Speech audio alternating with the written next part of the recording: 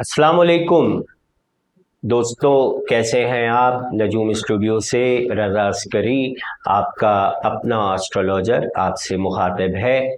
आज हम बात करने वाले हैं मंथली हॉरोस्कोप महाना ज़ायचों में बुर्ज हूत के हवाले से 19 अप्रैल से लेके 20 मई तक ये दौरानिया, ये महीना बुर्ज हौत वालों के लिए कैसा रहेगा।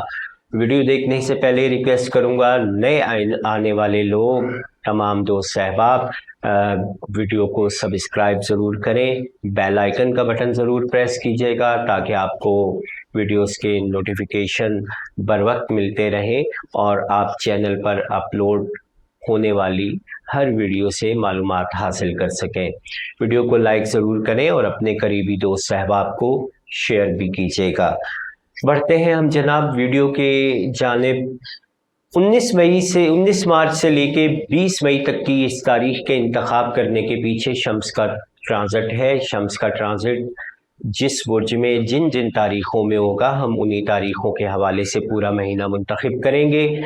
यहाँ पर 19 अप्रैल से लेके 20 मई तक शम्स का ट्रांजिट बुर्ज सौर में आपके तीसरे घर में होने जा रहा है और आपके तीसरे घर में होने वाला शम्स का ये ट्रांजिट आपकी ज़ात पर, आपकी शख्सियत पर क्या असरात मुरतब करेगा, इसके हवाले से आज हम गुफ्तगू करेंगे। शम्स आपके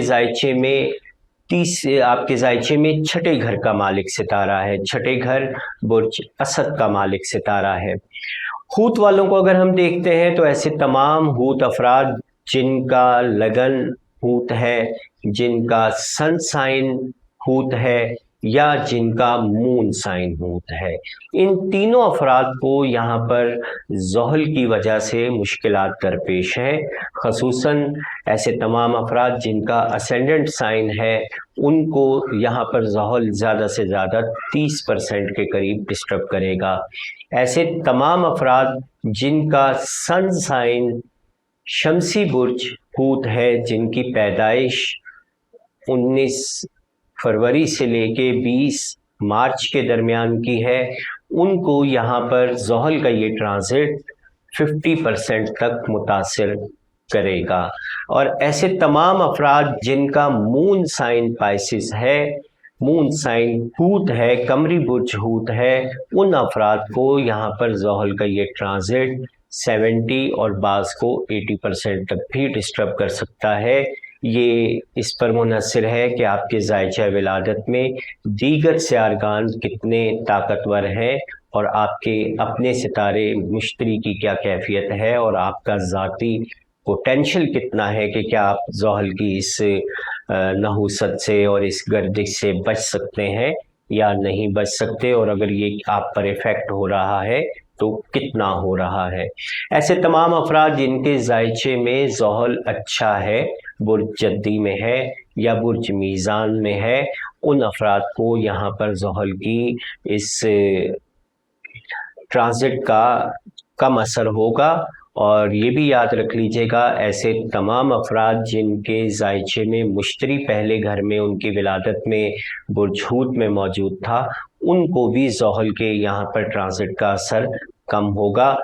यहाँ इन सब चीज़ों को वजाहत करने का मतलब ये है कि आपके अंदर, आपके इस ज़ायचे के अंदर बहुत सारे राज और इसरार होते हैं।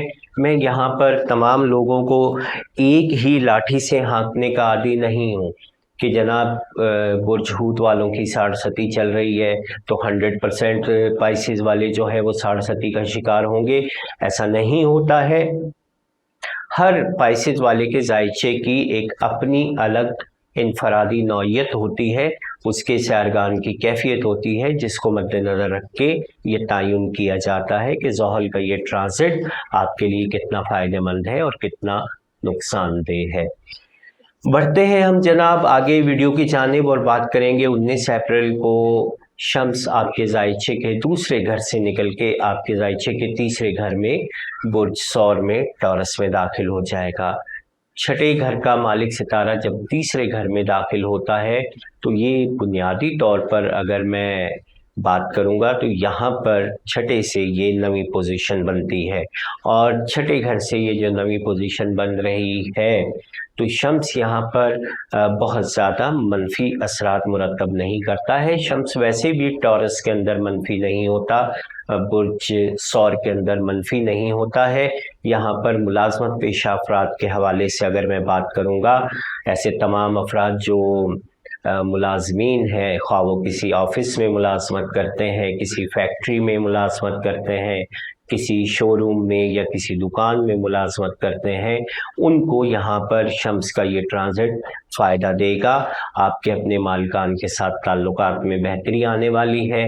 इसके साथ साथ यहाँ पर ये भी वजाहत करता चलूँ कि आप अगर अपने मालिकान से किसी किस्म की गुफ्तगू करना चाहते हैं, अपनी सैलरी के हवाले से, अपनी जॉब के हवाले से, या आप अपना कोई मुतालिबा पेश करना चाहते हैं, तो आप इन दिनों में अपना मुतालिबा भी पेश कर सकते हैं।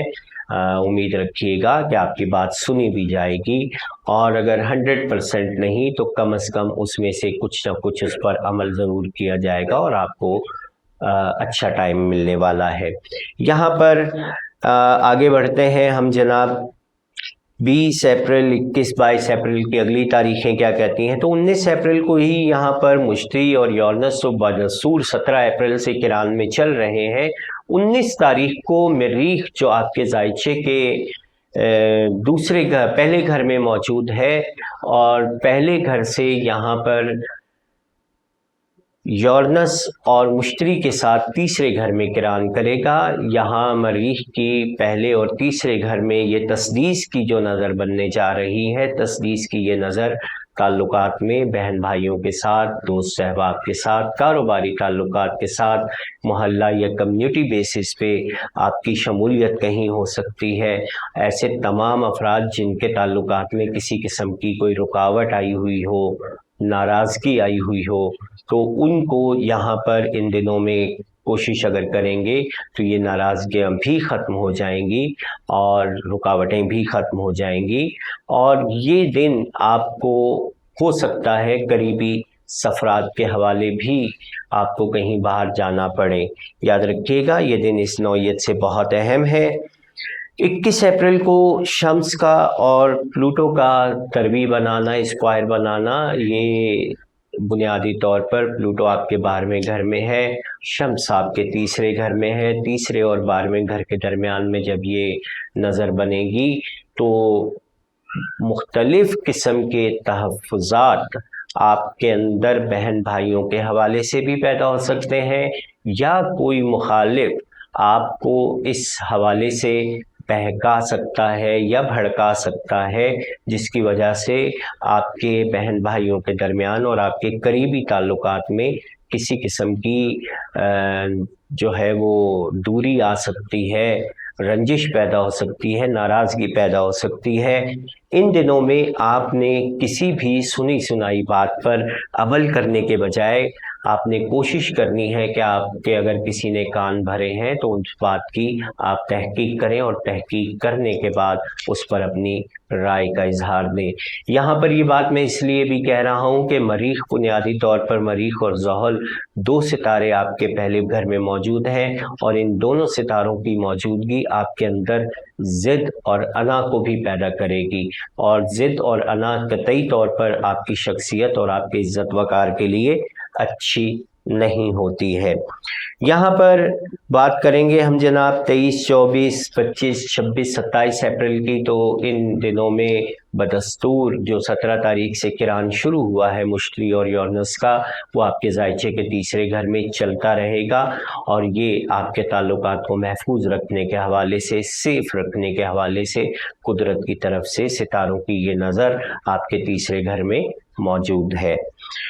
यहाँ पर 28 अप्रैल के हवाले से अगर मैं बात करूँगा तो आपके पहले घर और आपके तीसरे घर के दरमियान, आपके पहले घर के अंदर मरीख और नेपचून आपस में किरान करेंगे। मरीख और नेपचून का ये किरान जो होगा वो आपके लिए खासा बेहतर होगा। आपके अंदर एक पोटेंशियल, कुव्वत, हौसला और सब्र और बर्दाश्त का मादा भी पैदा हो सकता है, बशर्त ये कि आप इस पोटेंशियल को मस्बत तौर पे लेके आगे चलें, और जो भी रुकावटें यहाँ पर पिछले दिनों से ज़ोहल की वजह से या दीगर सियारगान की नहुसत की वजह से दरपेश आई हैं, या पिछले माह में आपके जायचे में दूसरे घर और आपके जायचे के 8वें घर के अंदर लगने वाले जो ग्रहण हैं, ये भी कोई ख़ास अच्छी अहमियत के हामिल नहीं थे। इनकी वजह से आपके माली मामलात ख़ासी हद तक डिस्टर्ब हुए होंगे, ताहम इन दिनों में आप इन मामलात को बेहतर तरीके से हल कर सकते हैं। 29 अप्रैल को ज़ोहरा बुनियादी तौर पर आपके तीसरे घर का मालिक सितारा तीसरे घर में दाखिल हो जाएगा। यहाँ मुश्तरी, शम्स, नेपच्यून पहले से ही मौजूद है। 4 सितारों का ये इज्तिमा आपके जायचे के तीसरे घर में होगा, और यहीं पर 30 तारीख को प्लूटो जो आपके जायचे के 12वें घर में मौजूद है, 12वें घर से तीसरे घर के दरमियान स्क्वायर की तरबी की नज़र बनाएगा ज़ोहरा के साथ। तो आपकी किसी भी सिन्फ मुखालिफ के साथ यहाँ पर लड़ाई, तलखी या कोई ऐसी अनबन हो सकती है, ख्वाह वो आपकी ज़ौजा हो, बहन हो, या फिर आपकी कोई मोहब्बत हो, चाहत हो। इस मामलों में आपने बहुत ज़्यादा मोहतात रहना है। 30 अप्रैल को ही मरीख और नेपच्यून के किरान बदस्तूर जारी रहेगा। 1 मई की अगर मैं बात करता हूँ तो 1 मई को भी ज़ोहरा और प्लूटो की तरबी के असरात बाकी रहेंगे। 2, 3 और 4 मई इस हवाले से बड़े अहम है कि पहले घर में मौजूद मरीख जो है, बुनियादी तौर पर जो मरीख आपके जायचे के दूसरे घर में दाखिल हो चुका है, दूसरे घर में जो मरीख है वो आपके 12वें घर में मौजूद प्लूटो के साथ तस्दीस की निगाह बनाते हुए आपकी शख्सियत को यहाँ पर महफूज करेगा। आपकी ज़ात, आपकी इज़्ज़त, आपकी वक़ार, आपका साख, जो ज़ोहल की वजह से, ज़ोहल के मुश्किलात की वजह से अगर आप ख़ुद को तन्हा महसूस कर रहे हैं या ये महसूस कर रहे हैं कि अब आप नाकामी की तरफ जा रहे हैं, तो यहाँ पर मरीख का और प्लूटो का ये जो तस्दीस बनाना है, ये आपकी शख्सियत को एक अच्छी क़ुव्वत, ताकत और हौसला देगा। इस हौसले को इस्तेमाल करते हुए आप आगे बढ़ें, इंशाअल्लाह कामयाबियाँ आपके लिए मौजूद हैं और आपको ज़रूर मिलेंगी। ज़ोहल की अगर हम बात करते हैं तो 6 और 7 मई को शम्स का और ज़ोहल का जो है तस्दीस बनाना आपके पहले और तीसरे घर में हर किस्म की नाराज़गी, रुकावट और इस किस्म के तमाम मसाइल, जो इख्तलाफात जो आपके किसी भी रिश्तों में पैदा हो चुके हैं, उन रिश्तों को कवर करने के हवाले से ये बेहतरीन टाइम होगा।